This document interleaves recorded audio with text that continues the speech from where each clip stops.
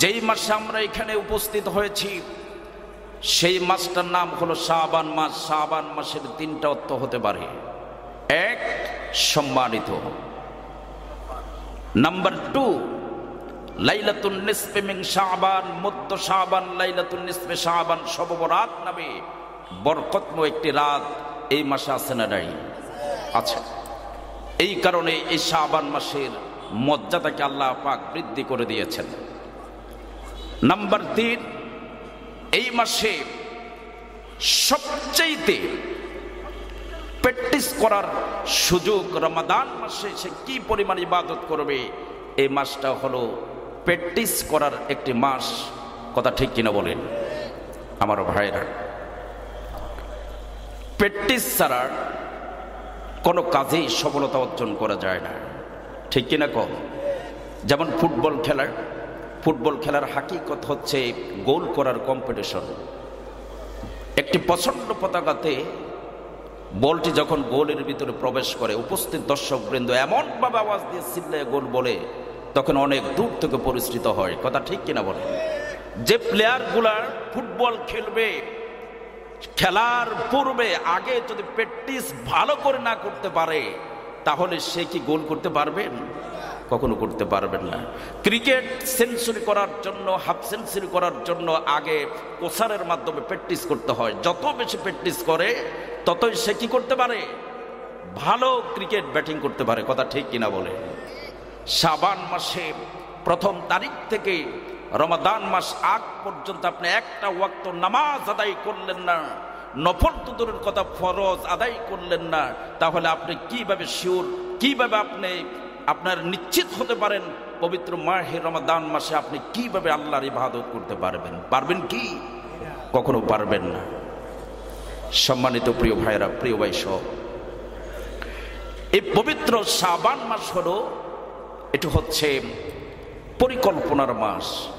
যেমন একজন ভাই যদি সে বিল্ডিং করে, 5 তলা 10 তলা বিল্ডিং করে, ইঞ্জিনিয়ার নিয়ে আসা এখানে পরিকল্পনা করে, পরিকল্পনা করতে যেই কাজ করতে পারবেন সেই কাজের মধ্যে সফলতা আছে। আছে না নাই? আচ্ছা আমার ভাইয়েরা, পরিকল্পনা ছাড়া যদি সে বিল্ডিং করে, বালু সিমেন্ট গুলা ঝরে পড়ার সম্ভাবনা আছে।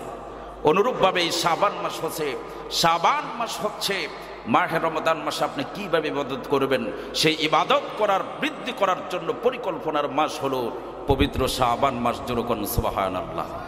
আপনারা জানেন এই পবিত্র শাবান মাসের 15 শাবান, লাইলাতুন নিসফে মিন শাবান, শবে বরাত নামে একটি রাত আছে। আছে না নাই? লক্ষ্যজনক বিষয় হলো যে এই মুসলমান, আমার দেশের কিছু উলামায়ে কেরাম ফতোয়াবাজি করে যে লাইলাতুন নিসফে মিন শাবান, শবে বরাত নামে কোন রাতে নাই। যেরকম নাউজুবিল্লাহ। শবে বরাত সম্পর্কে শুধু একটি হাদিস রয়েছে কোরআন মাজিদের মধ্যে, আমি কোথাও এই বিষয়ে এখনো পর্যন্ত পাই না, কিন্তু একটি হাদিস রয়েছে লাইলাতুন নিসফে মিন শাবান। আমার দেশের গর্ব মুফতি আমির হামজা তিনি একটা কথা বলেছিলেন, শবে বরাত নাই, এই কথা বলছো কে? শবে বরাত সম্পর্কে প্রায় 15 জন সাহাবী, দামি 15 জন সাহাবী এই কথা বলেছেন যে শবে বরাত 100% রয়েছে। তার কারণ হলো এটি বরকতময় একটি রাত। এই রাতে আল্লাহ তাআলা শেষ আসমানে আসে, এসে বান্দাদেরকে ডেকে বলে, বান্দা রে, তোমরা কোথায় আছো? কে গুনাহ করেছো? আজকের রাতে তোমার চোখের পানিগুলা ছেড়ে দিয়ে আমি আল্লাহর দরবারে কান্নাকাটি করো, আমি আল্লাহ পাক তোমার জীবনের সমস্ত গুনাহগুলো আমি মাফ করে দিব। আজকের এই দিনে কে আমার কাছে রিজিক দাও, আমি আল্লাহ, ইন্নাল্লাহু হুয়ার রাজ্জাকু যুল কুওয়াতিল মাতিন, আমি আল্লাহ পাক তোমাকে রিজিকের ব্যবস্থা করে দেব। সুবহানাল্লাহ বলবেন না? এত আস্তে বললেন সুবহানাল্লাহ। আমার ভাইয়েরা, এই পবিত্র শাবান মাসে আমার নবীজি সবচেয়ে বেশি নফল ইবাদত করতেন, নফল সিয়াম পালন করতেন। আমার বন্ধুগণ, আমার নবীজি সরখার দো আলম জনাব মুহাম্মদুর রাসূলুল্লাহ সাল্লাল্লাহু আলাইহি ওয়াসাল্লাম আম্মা জান হযরত মাইশা সিদ্দিকা রাদিয়াল্লাহু তাআলা আনহা একদিন ঘুম থেকে উঠলেন। ঘুম থেকে ওঠার পর আম্মা জান হযরত মাইশা সিদ্দিকা রাদিয়াল্লাহু তাআলা আনহা তিনি দেখতে পাচ্ছেন আমার নবী সরকারুল আলম জনাব মুহাম্মদ রাসূলুল্লাহ সাল্লাল্লাহু আলাইহি ওয়াসাল্লাম মসজিদে বাকির সামনে গিয়ে আমার নবীজি কাঁদতেছেন, চোখের পানি ছেড়ে দিলেন। আম্মা জান হযরত মাইশা তিনি লক্ষ্য করে দেখতে পেলেন আমার নবীজি কান্নাকাটি করতেছেন। দাঁড়ায়া দাঁড়ায়া মসজিদুল বাকির সামনে গিয়ে আমার নবীজি দোয়া করতেছেন। আম্মা জান হযরত মাইশা সিদ্দিকা রাদিয়াল্লাহু তাআলা আনহা আমার নবীজিকে প্রশ্ন করলেন, ইয়া রাসূলুল্লাহ, ইয়া হাবিবাল্লাহ, আজকের দিনে কেন মসজিদুল বাকির সামনে গিয়ে আপনি কেন জান্নাতুল বাকির সামনে গিয়ে কেন আপনি কান্নাকাটি করতেছেন? মসজিদুল বাকির জান্নাতুল বাকির সামনে গিয়ে আমার নবীজি কাঁদতেছেন। নবীজিকে যখন এই প্রশ্ন করলেন আমার নবীজি বলছেন, এই পবিত্র শাবান মাসের মধ্য শাবান লাইলাতুন নিসফি মিন শাবান, অর্থাৎ একটি বরকতময় রাত রয়েছে, যে রাতে আমার উম্মতের কি অবস্থা হবে, এই জন্য আমি ইয়া উম্মতে বলে কাঁদতেছি। আমার নবীজি বলছেন, আজকে এই রাতে, এই বরকতময় রাতে তুমি ইবাদত করো। লাইলাতুন নিসফি মিন শাবান, মধ্য শাবান শবে বরাতের রাতে আমার ভাইরা, আমরা যারা মুসলমান দাবি করি, এই বরকতময় রাতে আমরা আল্লাহর গোলামি করতে চাই কি চাই না? আরো জোরে বলুন, চাই কি চাই না? এই দুনিয়ার জিন্দেগি আমার আল্লাহ রব্বুল আলামিন আপনাকে কেন এই পৃথিবীর জমিনে প্রেরণ করেছেন? আল্লাহ রব্বুল আলামিন বলছেন, ওয়ালাকাদ বাআসনা ফি কুল্লি উম্মাতির রাসূলা আন ইবুদুল্লাহা ওয়াজতানিবুত তাগুত।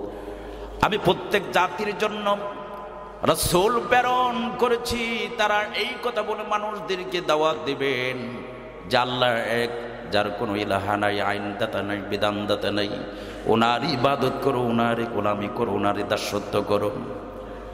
এই শবে বরাতের রাতে যদি আল্লাহর গোলামি করতে পারেন, আল্লাহর দাসত্ব করতে পারেন, নাক এবং কপাল দেয়া সেজদার মাধ্যমে যদি প্রমাণ করে দিতে পারেন, আল্লাহ গো শুধু তোমার গোলাম, পৃথিবীর জমিন আর কাহারও গোলাম নয়, এই কথা বলে যদি গোলামি পরিণত হয়ে যেতে পারেন, আল্লাহ রাব্বুল আলামিন এই লাইলাতুন নিসফি মিন শাবান বরকতময় রাতে আল্লাহ রাব্বুল আলামিন আপনার জীবনের সমস্ত গুনাহগুলো আল্লাহ পাক মাফ করে দেবে।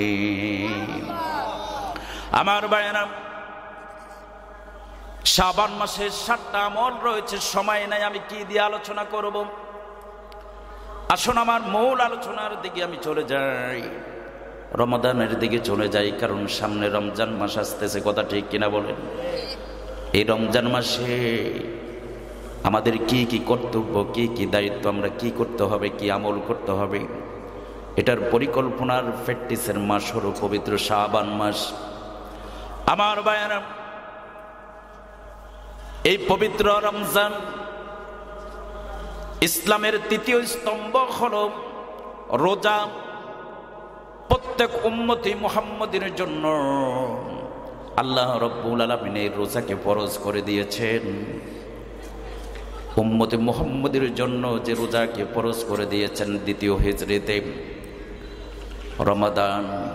রমাদান শব্দের আরবিতে যাকে বলা হয় সাওম, রমাদান, রমাদান রমাদ হতে গৃহীত, যার অর্থ হলো দহন, জ্বলন, জ্বালিয়ে দেওয়া, পুড়িয়ে দেওয়া। আমার বন্ধুগণ, জ্বালিয়ে দেওয়া মানে আমি উপবাস থাকলাম, দেহটা পড়ে গেল, এই বিষয়টা এমন নয়। রমাদ, রমাদ হতে গৃহীত, রমাদান রমাদ হতে গৃহীত, যার অর্থ হচ্ছে দহন জ্বলন, জ্বালিয়ে দেওয়া, পুড়িয়ে দেওয়া। এর অর্থ হচ্ছে রাস্তার পাশে কিছু সংখ্যক ভাইয়েরা কিছু আবর্জনা, লার্কি, পলিথিন জাতীয় অনেক আবর্জনা জাতীয় কিছু কিছু জিনিস আগুনের মধ্যে দেয়, আগুন দিয়ে এগুলো ফুরিয়ে ফেলে। কথা ঠিক কিনা বলেন? আমার বন্ধুগণ, আগুন যেমন আবর্জনা, লার্কি আবর্জনা, আগুন যেমন জ্বালিয়ে পুড়িয়ে শেষ করে দেয়, যেইভাবে জ্বালিয়ে পুড়িয়ে শেষ করে দেয়, আমার আল্লাহ রাব্বুল আলামিন বলেছেন, আমার বান্দা যখন আমি আল্লাহর নির্দেশ ক্রমে নির্দেশ কর্তৃক যারা নাকি রোজা রাখবে, আমি আল্লাহকে সন্তুষ্ট করার জন্য যারা নাকি দহন জ্বলন রোজার সাথে সম্পর্ক রাখবে, উপবাস থাকবে, আগুন যেমন ময়লা আবর্জনা পুড়ে শেষ করে দেয়, আল্লাহর বান্দা, যেই কোনো বান্দা আল্লাহর জন্য যারা নাকি রোজা রাখবে, ওই আগুনের মতন বান্দা যত গুনাহ করেছেন, অপরাধ করেছেন, ইচ্ছা অনিচ্ছা, জাহির বাতিন, কবিরা সগীরা, সমস্ত গুনাহগুলো ওই রোজার ওই আগুনের মতন গুনাহগুলোকে জ্বালিয়ে পুড়িয়ে ভস্ম করে দেয়। এত আস্তে বললেন সুবহানাল্লাহ।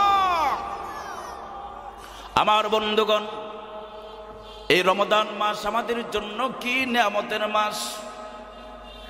এই রমজান মাস পবিত্র মাস। ও মুসলমান বাবারা, লক্ষ জেনে অবশ্য হলো মুসলমান, এই পবিত্র মাসে রোজা রেখে তারাবির নামাজ আদায় করে আবার ঘুরতে গিয়া ফিলিস্তিন তথা ইহুদি কর্তৃক যে কোকা কোলা রয়েছে, এই পবিত্র মাহে রমজানে তারাবির পরে যদি কোকা কোলা আমরা খাই, আমাদের এই রোজার মাধ্যমে কোন সফলতা কি আমরা পাবো? জোরে বলেন না, কোনো পাবো?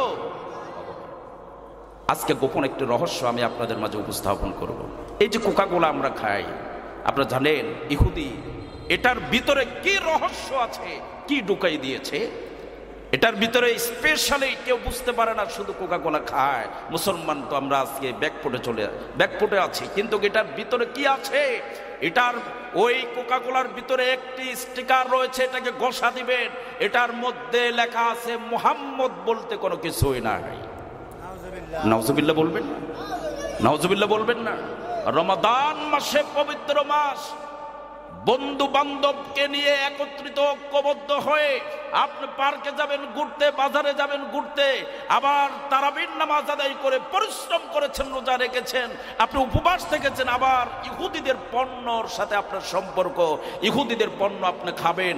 আল্লাহর জবাব, আল্লাহ পাকের দরবারে জবাব দিতে হবে। কথা ঠিক কিনা বলেন? আমার ভাইয়েরা, আমি 2 মিনিটের ভিতর আমি ছেড়ে দিচ্ছি।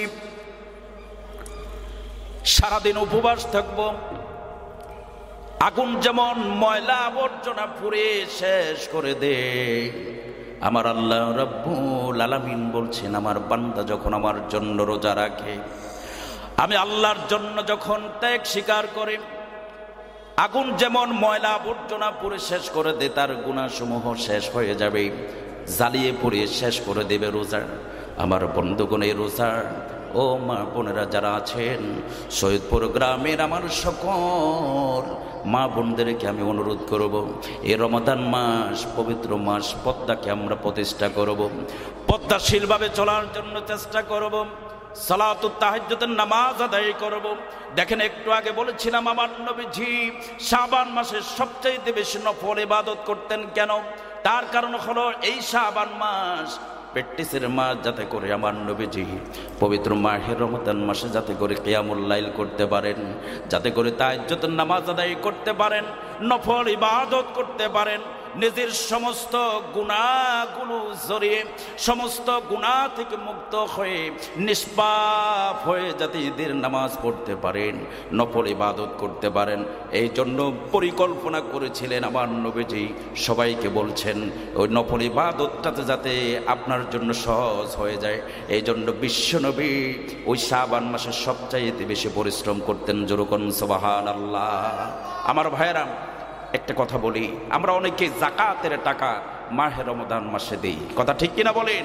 কিন্তু যাকাতের টাকাটা যদি আপনি রমাদান মাসের আগে একজন অসহায় কৃষক, রিক্সা চালক, তাকে যদি আপনি যাকাতের টাকাটা রমাদান মাসের আগে শাবান মাসে যদি আপনি দিতে পারেন, তাহলে সেই ইবাদত করাটা তার জন্য সহজ হয়ে যাবে। কথা ঠিক কিনা আমার ভাইয়েরা?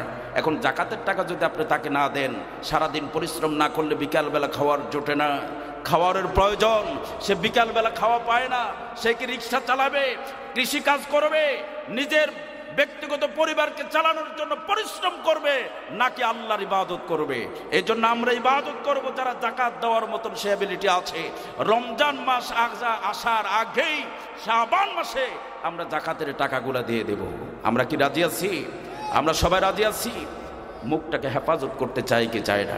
জোর বলেন, চাই কি চাই না? সারাদিন উপবাস থাকলাম, তারাবির নামাজ আদায় করলাম। আল্লাহর নবী বলেছেন আমার উম্মতের মধ্যে যে সমস্ত উম্মতেরা যারা নাকি তারাবির নামাজ আদায় করবেন, প্রত্যেক রাকাতের বিনিময় ১,৫০০ সওয়াব আমার আল্লাহ পাক তারা আমলনামা দিয়ে দিবেন। ইফতার করাবেন, আরেকটা রোজার সমতুল্য সওয়াব আল্লাহ পাক আপনাকে দিবেন।